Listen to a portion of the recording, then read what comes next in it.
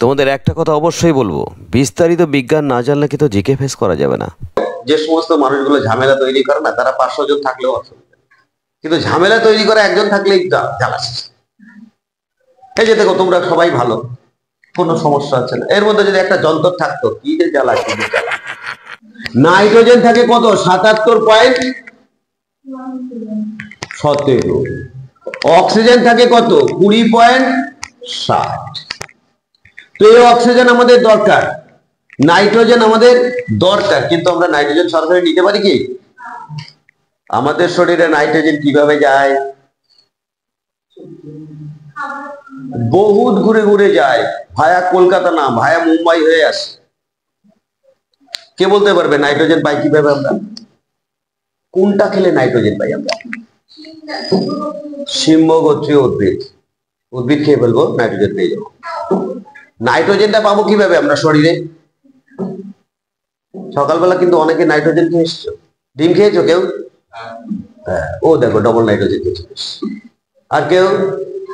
এই আর কে কে দুধ খেয়েছো? কে কে চা খেয়েছো? কে কে?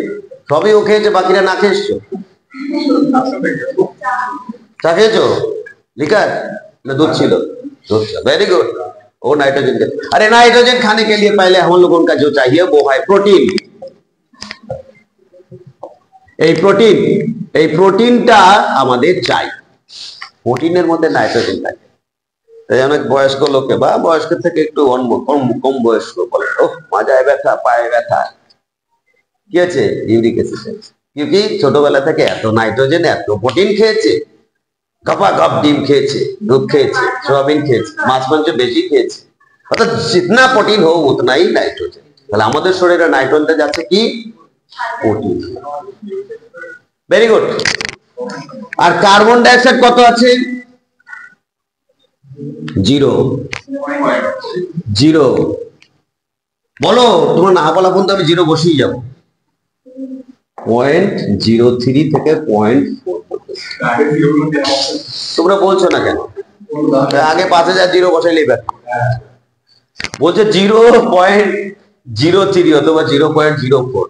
এই সামান্য কার্বন ডাই অক্সাইড আমাদের না বেহাল করে দিয়ে, ঠিক আছে। আর কার্বন মনোক্সাইড ও তো নেই বললেই চলে। কার্বন মনোক্সাইডটা খুব কম। এরপরে বাতাসে যেটা আসে সেটা হচ্ছে জলীয় বাষ্প। আচ্ছা বলো তো দেখি, এটা খুব ভেরি ভেরি ইম্পর্টেন্ট। হিউমিডিটি কখন বেশি থাকে, শীতকালে না বর্ষাকালে?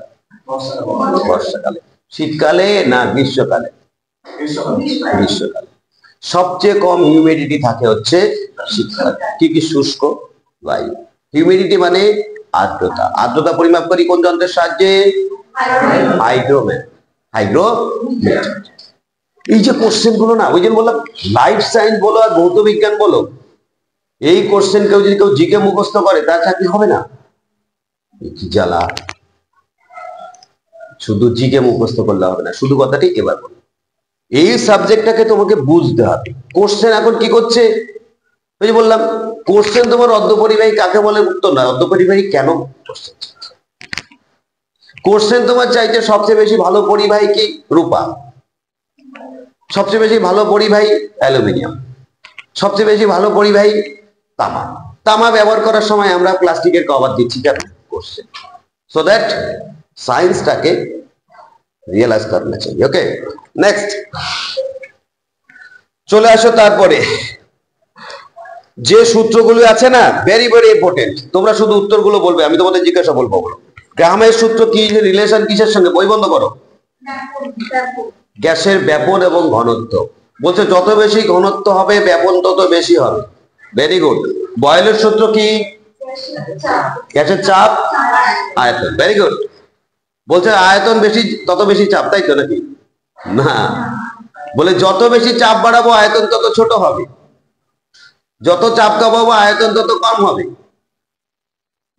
এক বোঝা বাতাস নিয়ে এসে একটা ছোট্ট বলের মধ্যে ঢুকিয়ে দিলে, পুরো এক বোঝা বাতাস ছোট্ট বলের মধ্যে ঢুকে গেল। গেল কোথায় বাতাস তাহলে?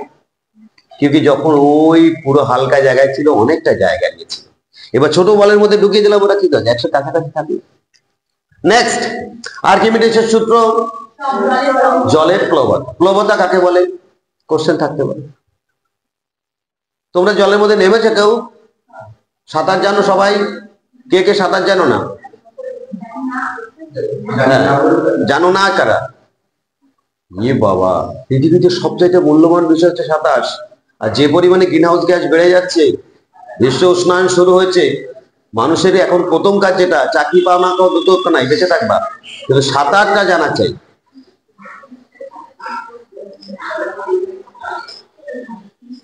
সুতরাং তোমাদের আজকে থেকে কাজ, এই বছর আমি সুইমিং পুল একটা ওপেন করছি ওই শ্রীরামপুরে, ওখানে আমার সুইমিং পুল ওপেন হচ্ছে, ওখানে ভর্তি হবা, তোমাদের 50% ছাড় দেওয়া হবে, ঠিক আছে?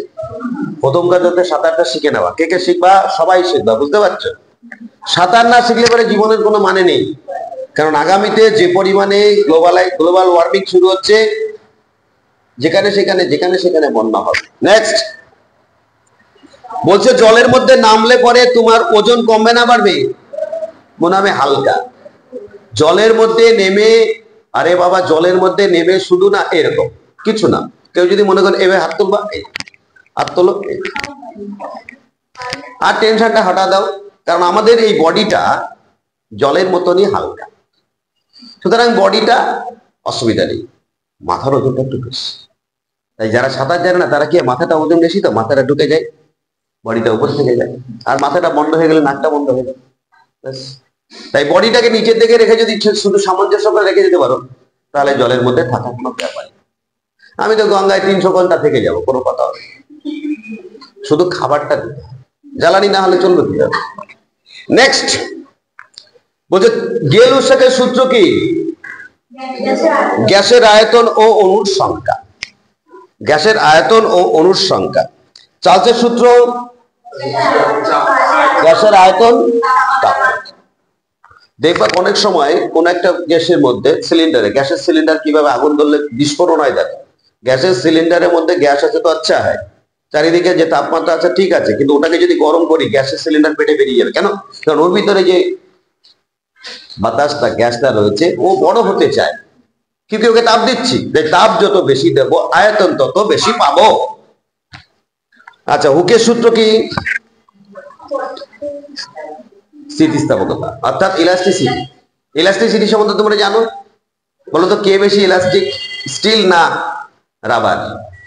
স্টিল। একটা স্টিলের তুমি করে নিয়ে এটা জাস্ট স্টিলের যদি স্পাত তৈরি করবা, নিয়ে এরকম ভাবে যদি ছেড়ে দেবা আগুনের ফুটির মতো ছুটকে বেরিয়ে যাবে, কিন্তু রাবারে যেটা খুব কম। সুতরাং ইলাস্টিসিটি নির্ভর করে এই ব্যাপারে যে সূত্র দিয়েছে তার নাম হুক। আর বীরের সূত্র বলছে আলোর ফলে তরল শোষণ করে। এই আলো ও তরলের শোষণ সংক্রান্ত দারুণ কোশ্চেন, এর প্রত্যেকটা পরীক্ষায় থাকবে। পরীক্ষায় কি থাকবে না, চার্লসের সূত্র কোন দুটি বিষয়ের উপরে আলোচনা হয়েছে, হয়ে গেল। চার্লস কোন সূত্র? আয়তন ও যাক, তোমাদের উদ্দেশ্যে একটা কথা অবশ্যই বলবো, আমাদের এই অবলম্বন বইটা কিন্তু অবশ্যই পড়াশোনা করবে, কারণ জিকের ক্ষেত্রে এর থেকে ভালো বই আমার কাছে জানা নেই। বিগত বছরগুলিতে আমরা দেখেছি যে এই বই থেকেই কিন্তু রেলের গ্রুপ ডি চাকরি পেয়েছে সবাই। Thank you everybody. সবাই কিন্তু সাবস্ক্রাইব করে দিও, তা নাহলে কিন্তু পরবর্তী ভিডিও পাবে না। Thank you.